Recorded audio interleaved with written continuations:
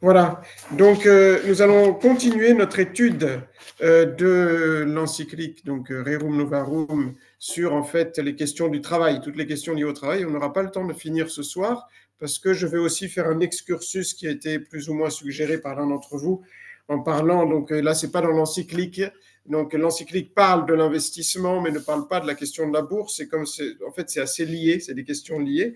Et c'est des questions qui sont intéressantes parce que c'est des questions qui sont toujours d'actualité, même si peut-être aucun d'entre nous donc ne fait des actions à la bourse.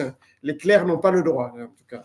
Voilà. Et donc, c'est intéressant de voir qu'il y a certaines questions que même avec le bon sens, avec la foi que nous avons tous, avec le bon sens, on ne peut pas résoudre, qui sont difficiles. Donc, où l'Église est intervenue, ou alors ce sont les théologiens qui ont précisé les choses. C'est le cas, par exemple, de la bourse.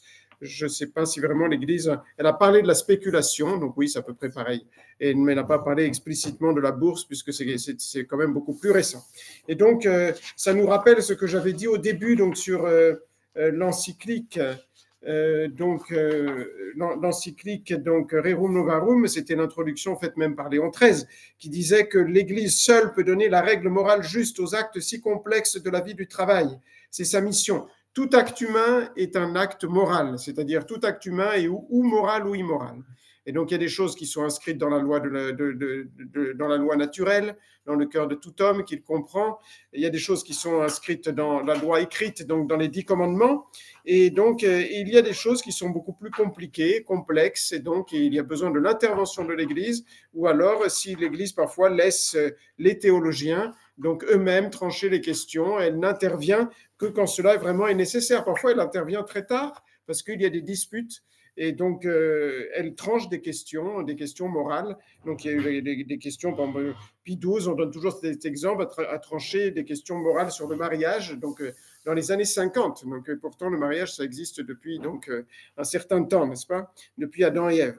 Donc l'Église, ainsi, en intervenant, évite bien des erreurs et donc elle unit les esprits parce qu'il n'y a plus de disputes.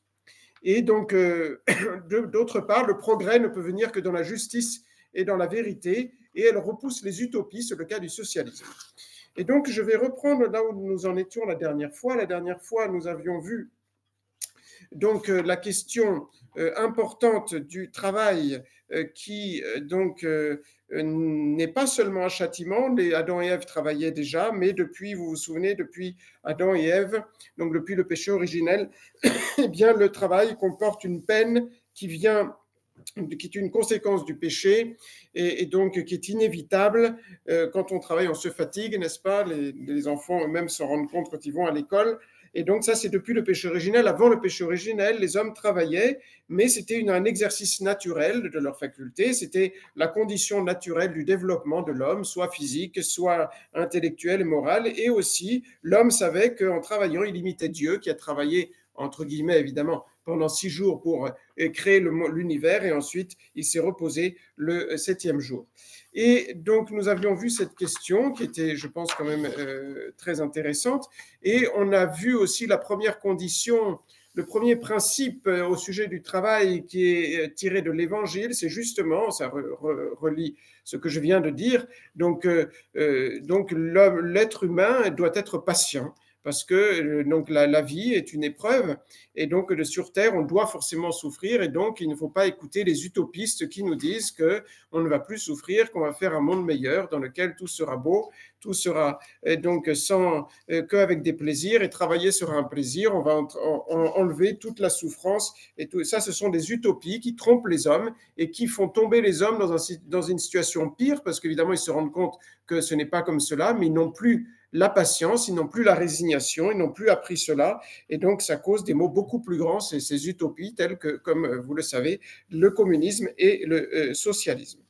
Et puis ensuite, on a vu aussi cette question très intéressante, avant d'introduire sur ce que nous allons voir maintenant, cette question très intéressante de l'inégalité des êtres humains et que donc en toute chose, on est tous différents, on a des qualités et des manques différents, si on peut dire des défauts différents, et donc aussi dans la société, il y a des inégalités qui sont voulues par Dieu pour le bien de l'humanité, et donc il y a des personnes qui sont plus donc pourvues de la fortune et d'autres qui sont plus pauvres, c'est voulu par Dieu, et donc les inégalités sont une bonne chose. Et je voudrais vous relire le passage parce que je trouve qu'il est vraiment très beau de Saint Paul à ce sujet, qui avec des comparaisons donc vraiment on pourrait dire terre à terre, c'est-à-dire très simple, nous montre que c'est un manque de bon sens de croire qu'on peut enlever eh bien, les inégalités donc, dans le monde. Saint Paul dit, c'est la première épître aux Corinthiens, le chapitre 12, et à partir du verset 14, première épître aux Corinthiens, chapitre 12, je ne vous lis pas tout, mais quelques passages. Dieu a disposé les membres dans le corps, dans notre corps, chacun d'eux comme il a voulu. S'ils n'étaient pas tous s'ils n'étaient tous qu'un seul membre, où serait le corps? Si tout le corps était le bras, on serait un monstre, n'est-ce pas? Mais maintenant, il y a beaucoup de membres, on a toutes sortes de membres différents, et un seul corps. Et l'œil ne peut pas dire à la main, je n'ai pas besoin de toi, de ton aide, ni la tête dire aux pieds, vous ne m'êtes pas nécessaire parce que je suis plus noble que vous, n'est-ce pas? Moi, je suis la tête, vous êtes les pieds, donc je n'en ai rien à faire en quelque sorte de vous, n'est-ce pas? Mais au contraire, les membres du corps qui paraissent les plus faibles sont les plus nécessaires. Donc voilà que dans le corps, Dieu a voulu que tous les membres soient nécessaires et donc ils ont évidemment donc un rôle, une mission différente. Et les membres du corps que nous regardons comme les plus vils, dit saint Paul, nous les entourons d'un plus grand honneur. Et ceux qui sont honteux reçoivent le plus de respect. Ceux qui sont décents n'en ont pas besoin de respect. Mais Dieu a disposé le corps de manière à donner plus d'honneur à ceux qui en manquaient. Donc voilà, comme je le disais la dernière fois, donc les mains, la tête sont les membres les plus décents et ils n'ont pas besoin de respect et pourtant ils nous sont très nécessaires, tout nous est nécessaire. Donc Dieu ne veut pas qu'il y ait de division dans le corps, mais que les membres aient également un soin réciproque les uns des autres. Et puis la conséquence, une des conséquences, si un membre souffre, tous les membres souffrent. Ou si un membre est honoré, tous les membres se réjouissent avec lui. Donc voilà, on applique tout cela donc à la société, n'est-ce pas? Donc si tous les corps de société vont bien, la société va mal. S'il y a un corps de la société qui va mal, eh bien c'est toute la société qui va mal. Donc il y a une grande solidarité. Et voilà le message de l'Église, il doit y avoir une grande solidarité entre toutes les corps de la société et toutes les classes sociales, parce que toutes sont indispensables. Et maintenant, on va appliquer ce même principe de la solidarité dans justement le travail. On a vu déjà la dernière fois que ça, c'est les paroles du pape lui-même qui dit donc explicitement que donc tout doit venir s'unir dans la société. Je vous lis un passage. Donc les classes sont un impérieux besoin l'une de l'autre. Dit le pape, par exemple, il ne peut pas y avoir de capital sans travail, sans personne qui travaille, et ni de travail sans capital. Et donc la concorde engendre l'ordre et la beauté. Au contraire, s'il y a conflit entre les différentes classes de la société, eh bien il y a confusion, il y a des luttes sauvages. Donc c'est le socialisme qui dit que tout le monde doit être égaux, il faut faire la lutte des classes, n'est-ce pas, pour trouver cette égalité, et ça crée des conflits et des souffrances donc très grandes, au lieu que si il y a collaboration et si il y a donc solidarité, eh bien tout le corps social va bien. Pour dirimer, c'est-à-dire pour annuler ce conflit, dit le pape, euh, excusez-moi, donc, et couper le mal dans sa racine, alors l'Église possède une vertu admirable et multiple, donc par sa doctrine.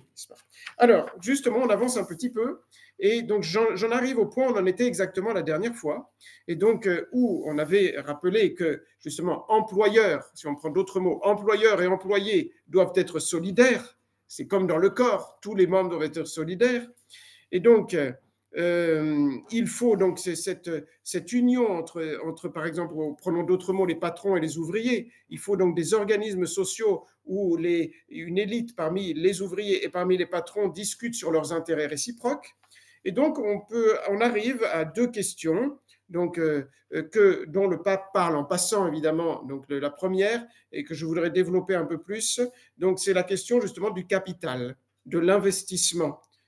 Et donc, c'est une question qui est importante pour voir auquel point on est tombé bas aujourd'hui, parce que ces questions qui sont des questions d'économie, et l'économie est faite d'actes humains et donc doit être réglée par la morale, eh bien, on l'a donc privé de la morale. Maintenant, on dirait éthique. Donc, éthique, en fait, ça existe aussi dans les termes religieux. L'éthique, c'est la morale naturelle. Et la morale, au sens plus noble du terme, c'est celle qui est accompagnée avec la révélation, la parole de Dieu. Quand on parle d'éthique, ça existe aussi, je vous le dis, en philosophie. L'éthique, c'est la morale sans la foi, qui est donc la morale du cœur de l'homme, n'est-ce pas? Et qui est déjà donc beaucoup. Mais maintenant, on a coupé vraiment donc l'économie de la morale et de l'éthique, n'est-ce pas? Et donc, tout d'abord, définissons qu'est-ce que c'est que l'investissement? C'est l'emploi d'un capital, justement, qui est fruit du travail et qui est condition du travail et qui est absolument nécessaire au bon fonctionnement de la cité. S'il n'y avait pas des gens qui investissaient pour, par exemple, créer une usine, eh bien, donc la cité ne pourrait pas, la nation ne pourrait pas vivre, n'est-ce pas? Il faut des capitaux. Et donc, il faut des gens qui réfléchissent pour bien investir. Hein. Et donc, le marché, la société, le pays, la nation a besoin d'investisseurs. Et donc, je vous ai parlé de ce livre, je voudrais faire un petit résumé de ce livre. Là, je sors un tout petit peu de l'encyclique. Donc, un livre récent, écrit par un monsieur qui est vivant, bien vivant, Alexis Rostand, R-O-S-T-A-N-D, donc, qui a écrit un livre, L'économie, science barbare. Évidemment, il explique ce qu'il ne faut pas faire, ce qu'on a fait à l'heure actuelle. On a fait de l'économie, qui est une science morale, dans laquelle doit intervenir la morale. Évidemment, il y a des questions donc purement donc matérielles, n'est-ce pas, on pourrait dire de mathématiques, etc., de calcul, mais il y a aussi des questions morales, évidemment, dans l'économie. On en a fait une science barbare, et donc il explique c'est ce qu'il ne faut pas faire. Et il explique la catastrophe qui vient de cette mentalité moderne. Donc, le barbare, qui est-il? C'est celui qui est cloisonné, dit-il, à son domaine de savoir. Il ne connaît que son petit domaine de savoir. Il est arraisonné à la technique. Il ne connaît que la technique, seulement la technique, et il n'a aucune profondeur. Donc, il n'a pas d'âme.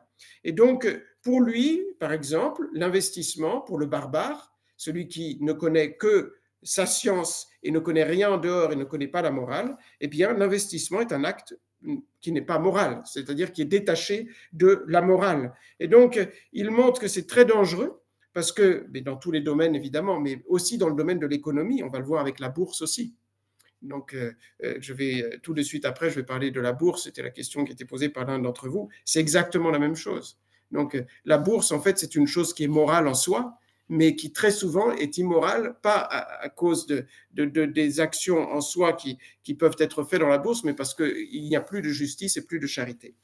Et donc, voilà que maintenant, les investisseurs sont souvent sans culture, sans conscience, sans humanité, et au lieu de participer à édifier le monde, ils participent à ruiner le monde.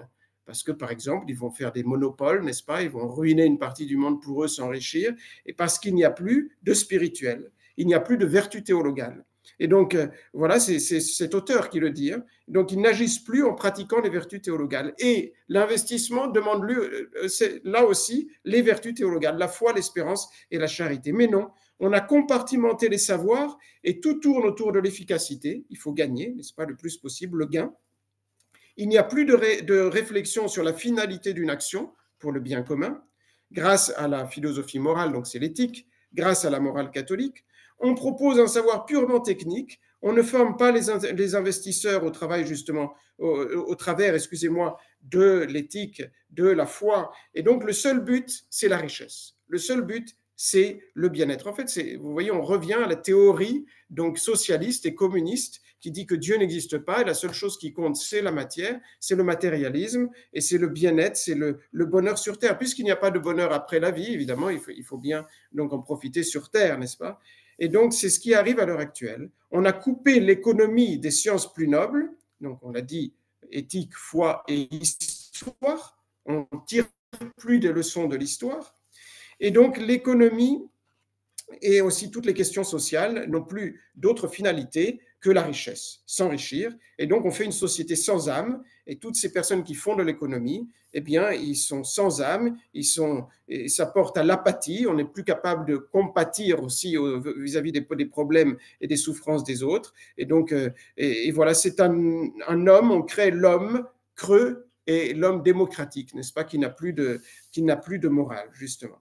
Et c'est tout le contraire de la civilisation européenne, qui est la civilisation chrétienne, mais en fait qui a débuté cette civilisation avec justement les personnes qui ont commencé à réfléchir, même si elles n'avaient pas la foi, n'est-ce pas, elles n'avaient pas la révélation, on l'a vu avec l'encyclique donc de Léon XIII aussi, Aeterni Patris, sur la philosophie thomiste. Et donc cette civilisation, elle a commencé avec les Grecs, qui ont commencé à réfléchir, n'est-ce pas?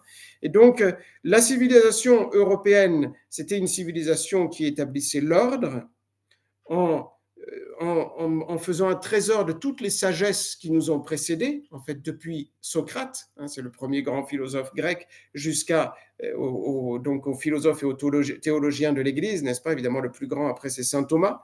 Mais non, donc, l'homme contemporain, comme il le dit, il est barbare. Il se considère seulement comme un être vivant. On a parlé aussi de ceux qui pensent que les hommes et les animaux, c'est la même chose. On est tous des sentients, n'est-ce pas? On ressent tous. Donc l'animal, il ressent. Moi, je ressens. On est tous pareils.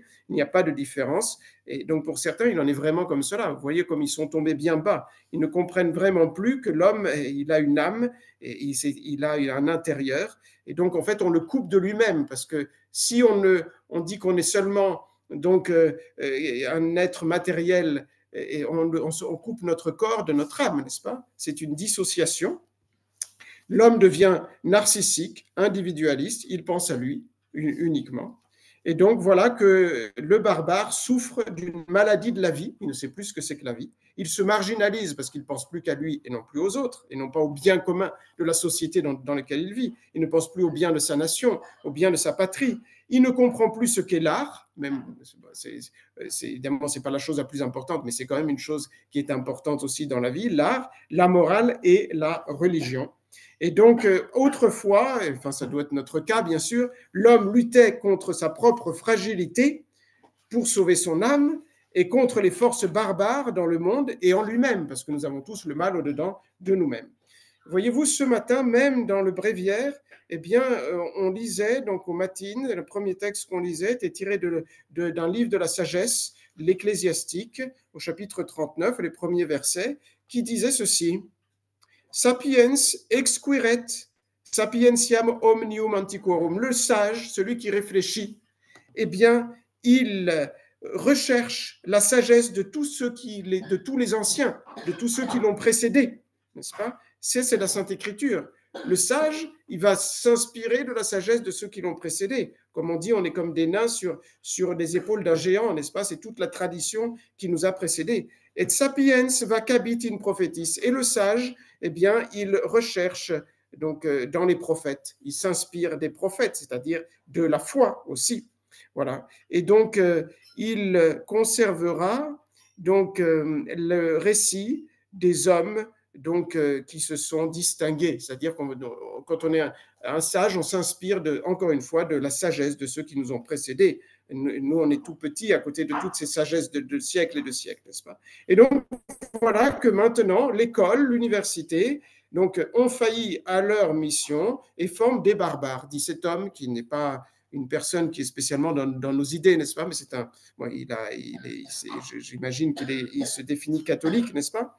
Et donc, c'est tout à fait vrai. Pourquoi forme des barbares? Parce que on fragmente les savoirs. On vous enseigne une seule matière qui est donc qui n'est plus reliée aux autres, et surtout on enseigne les matières déliées, séparées de la morale. Et donc, quand on a des responsabilités d'autant plus importantes, vous comprenez les désastres que ça peut faire. Si quelqu'un est milliardaire et qu'il ne comprend pas que ces milliards que le bon Dieu lui a confiés, il doit le faire fructifier, non pas pour lui égoïstement, mais pour la société, s'il ne pense pas au bien commun, il peut faire des désastres, il va faire des monopoles, il va faire tomber en faillite d'autres, etc. Donc, voyez les conséquences de la coupure qu'il y a de la spiritualité. C'est le pragmatisme. Hein, c'est le pragmatisme. Et donc, prenons quelques exemples. Hein.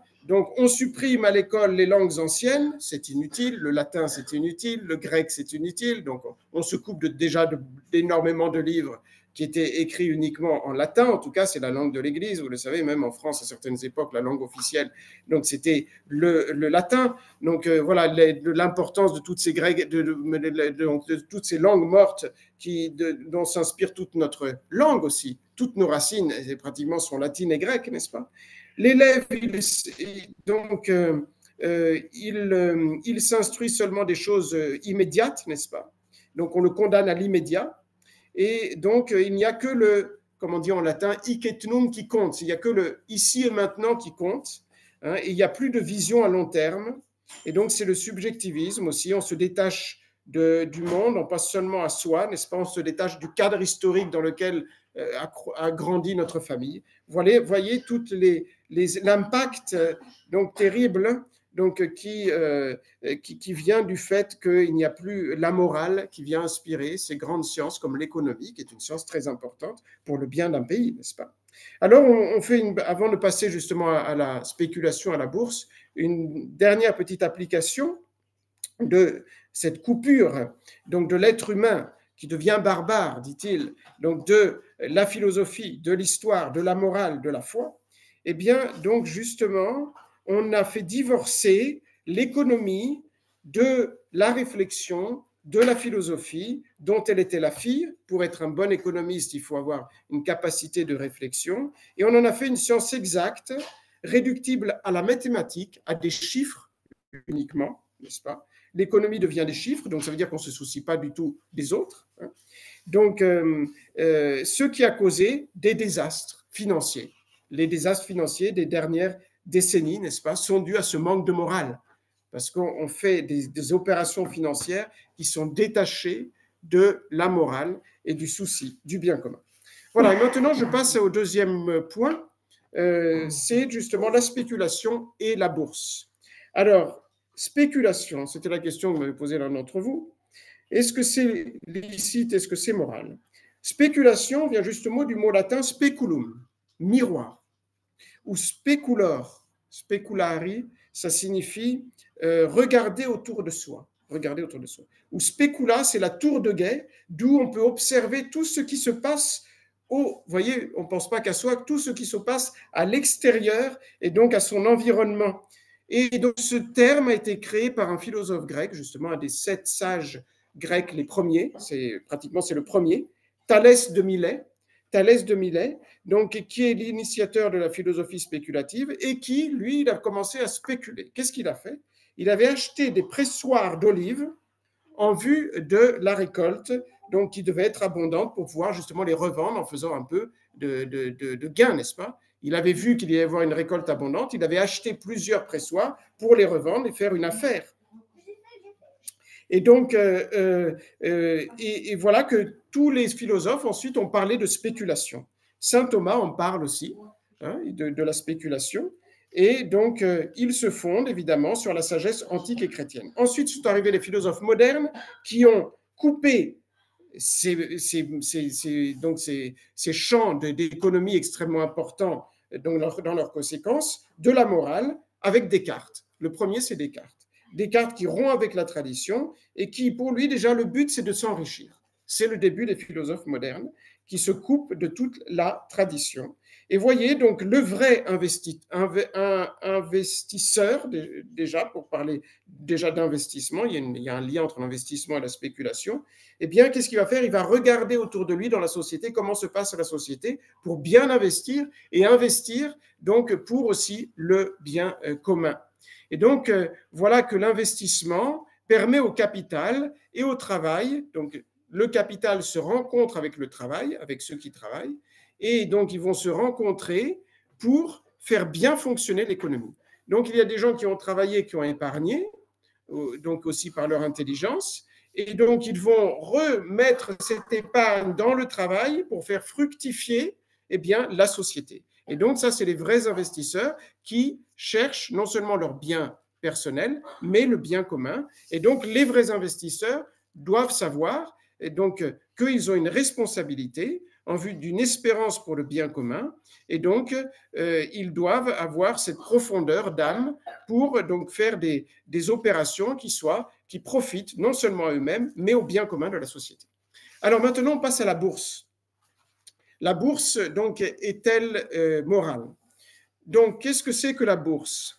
Eh bien, on va voir, contrairement, voyez-vous, comme quoi, donc, si on n'approfondit pas les choses, on peut parfois donc ne pas réussir à discerner la moralité d'un acte dans les choses, dans les questions compliquées.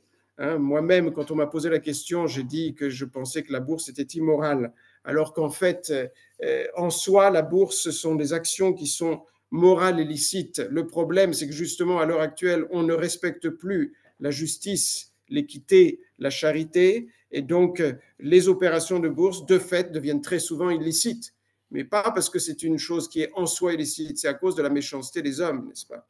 Donc voilà, donc la bourse, elle a, donc disent les livres de morale, déjà un rôle utile et même indispensable.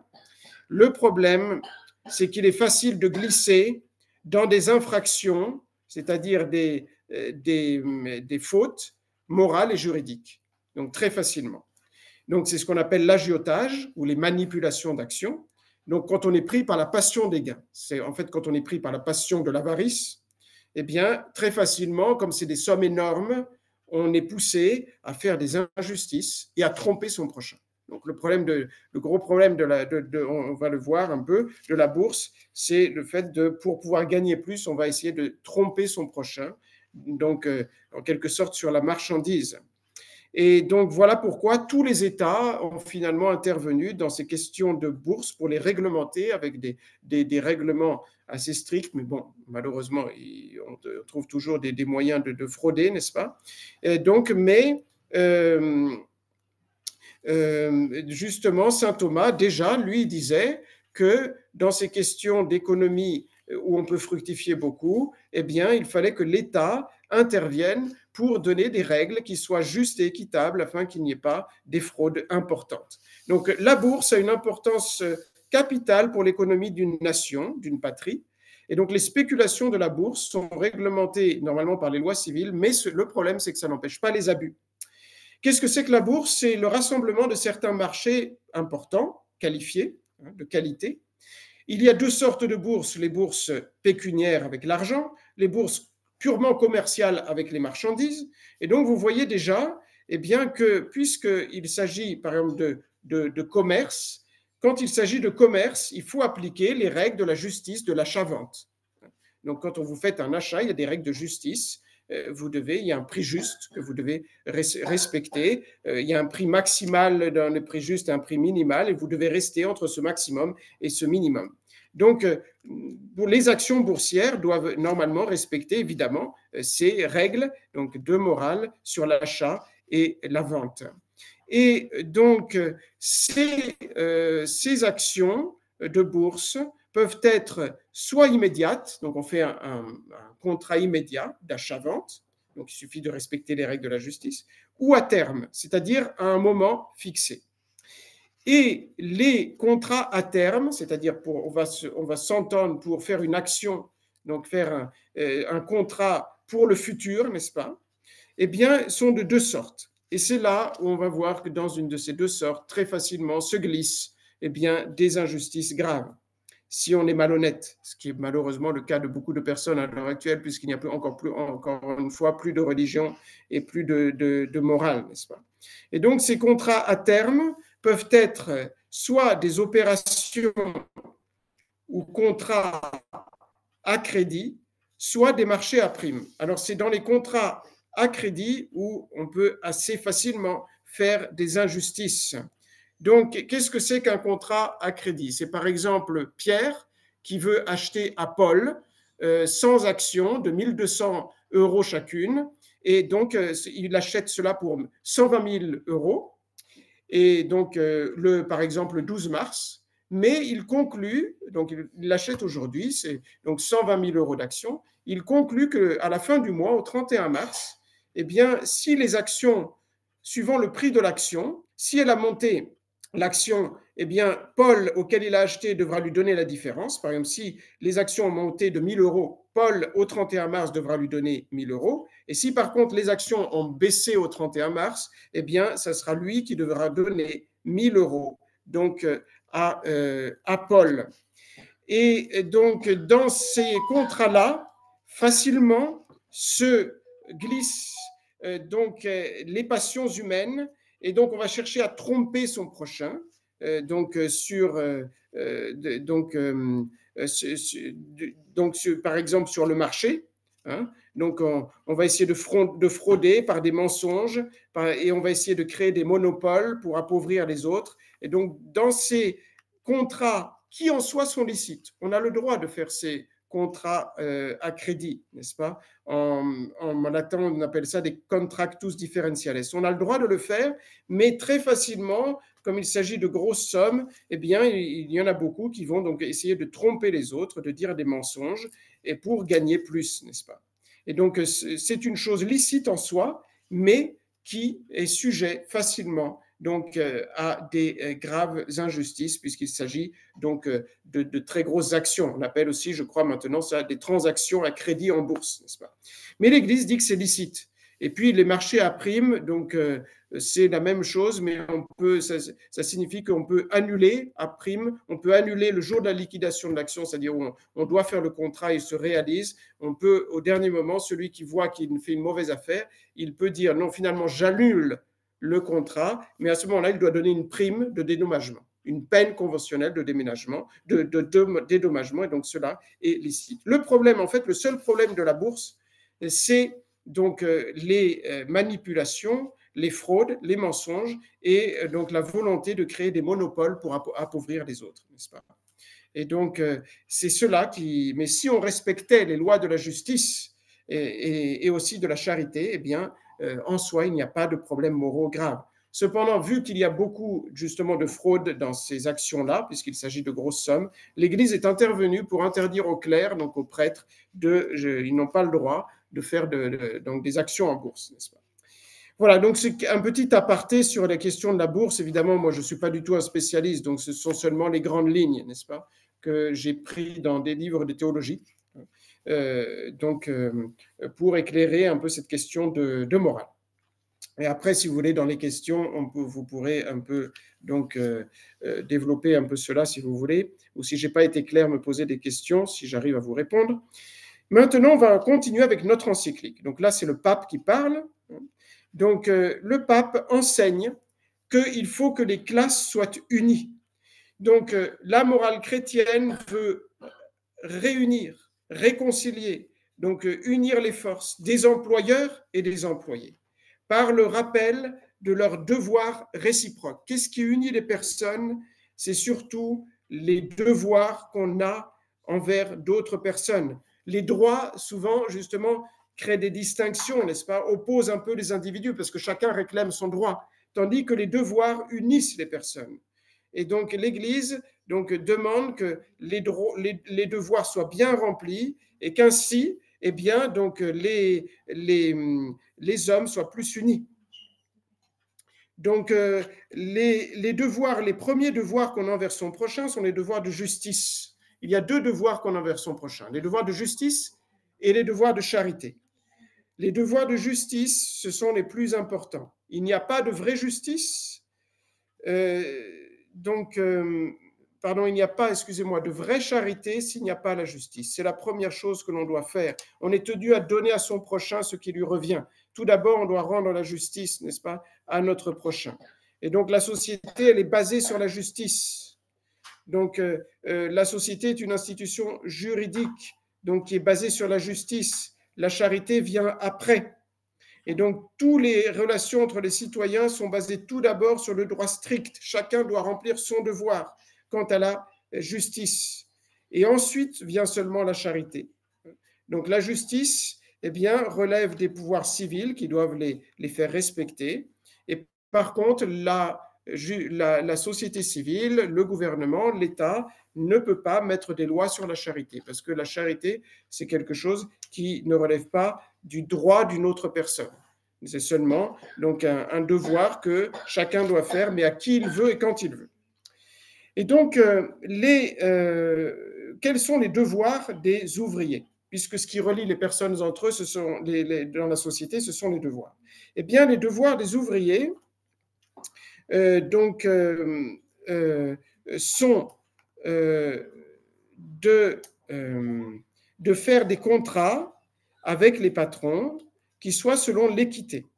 Donc, le patron, de son côté, ne doit pas pousser l'ouvrier à faire un contrat poussé par la nécessité, contraint et forcé. Et de l'autre côté, donc, les ouvriers ne doivent pas imposer au patron par la force, par exemple par des grèves violentes, eh bien, donc, un contrat dont le patron ne veut pas parce qu'il pense qu'il n'arrivera pas donc, ainsi à développer donc, son activité.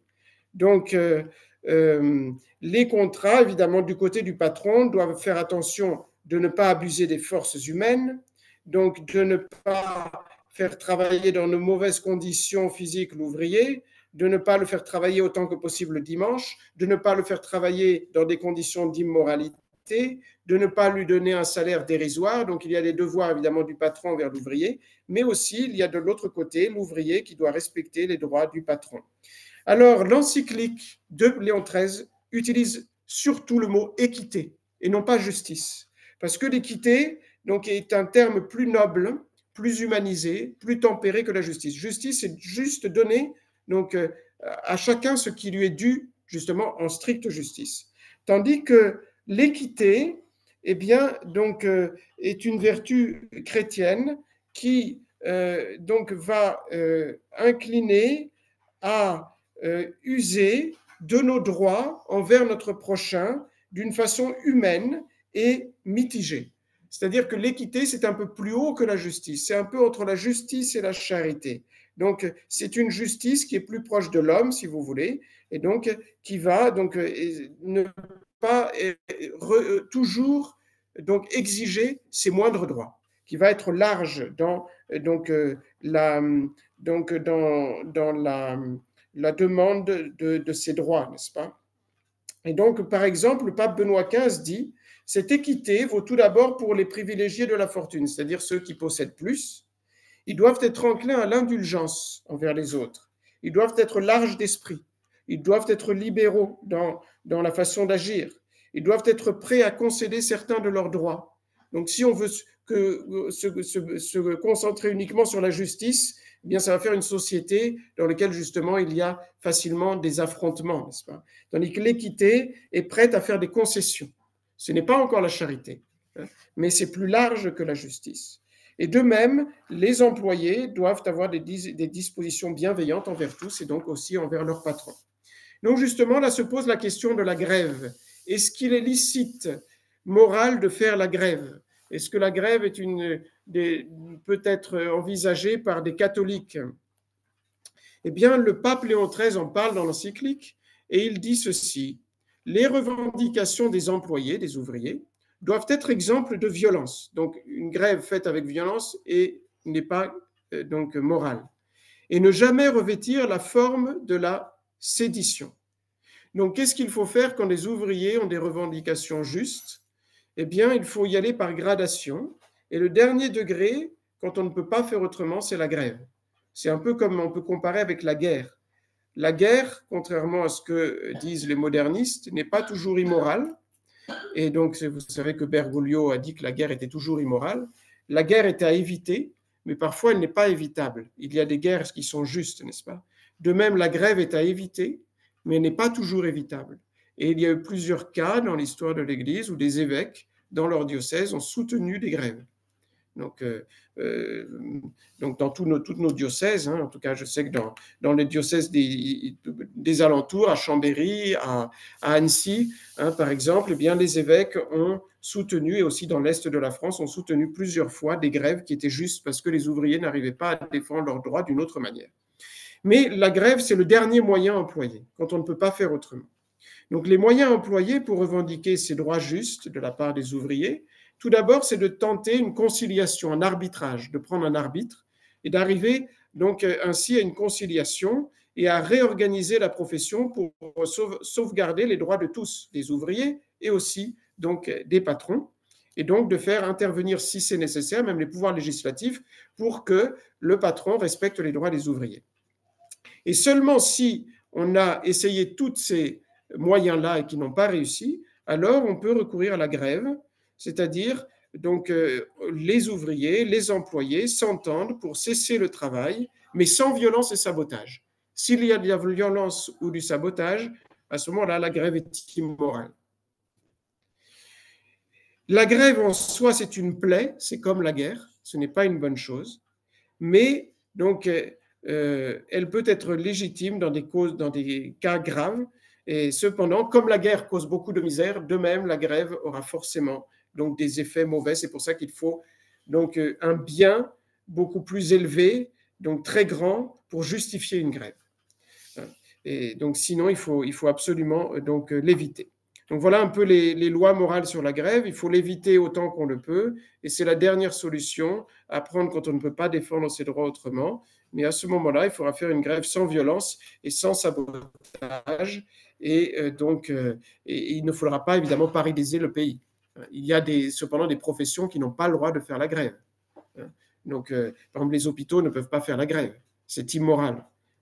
Ou donc d'autres donc métiers, professions qui sont absolument indispensables donc pour que le pays puisse fonctionner. Que sais-je, pour ceux qui produisent l'électricité ne peuvent pas faire grève. Sinon, c'est tout le pays qui va en faillite, n'est-ce pas? Et il nous reste une dernière question à aborder. Donc aujourd'hui, ce soir, que je tire aussi de l'encyclique. Donc Léon XIII met en garde contre les hommes pervers qui vont donner aux hommes des espérances exagérées, qui vont faire des grandes promesses, qui vont donc faire rêver les gens par des discours artificieux et qui après vont les faire retomber donc en fait dans des regrets et donc beaucoup plus grands et dans des ruines de fortune encore plus grands souvent, n'est-ce pas? Donc voilà, il y a des spécialistes de ces discours, n'est-ce pas? Aujourd'hui, les politiques sont en général assez doués pour cela. Voilà, il y en a qui sont plus doués que d'autres, n'est-ce pas? Quand on voit, par exemple, voilà, comme vous le savez, Mélenchon, hein, il fait des discours magnifiques, mais c'est un communiste pur et dur, n'est-ce pas? Et donc, il promet des choses qu'on ne peut pas donc tenir. Et donc, le pape met en garde contre ces faiseurs de discours socialistes, en fait, un communiste. Ils disent que donc ils rendent les classes égoïstes, les différentes classes d'hommes donc de la société, n'est-ce pas? Alors que la doctrine catholique, l'Église, donc tient compte de toutes les exigences de la nature humaine, n'est-ce pas? Elle se soucie de tous, et aussi des aspirations des ouvriers qui veulent améliorer leurs conditions, mais sans faire des promesses qui soient donc absolument irréalisables. Et donc le pape met en garde contre les lectures même de ces personnes-là, hein, des propagandistes, hein, du socialisme ou du communisme, parce qu'ils savent utiliser des mots qui sont beaux, n'est-ce pas? Et donc pour les dévier de leur sens profond, et donc de fuir ces hommes, ces réunions, sauf si on fait partie, donc on a des responsabilités et on doit aller se renseigner. Hein, donc, par exemple, les chefs de syndicats doivent se renseigner, aller voir dans les autres partis aussi comment ça se passe pour pouvoir donc donner les bonnes solutions aux problèmes donc qu'il y a dans le pays, n'est-ce pas? Donc, il met beaucoup en garde contre ces faiseurs d'espérance qui, donc, avec des discours artificieux, promettent le bonheur sur terre et qui oublient donc la condition de l'homme, qui est une condition toujours pénible par le travail, n'est-ce pas? Voilà, et donc je vais m'arrêter là pour ce soir. Voilà, je vais vous donner la parole maintenant. Je vais couper donc l'enregistrement.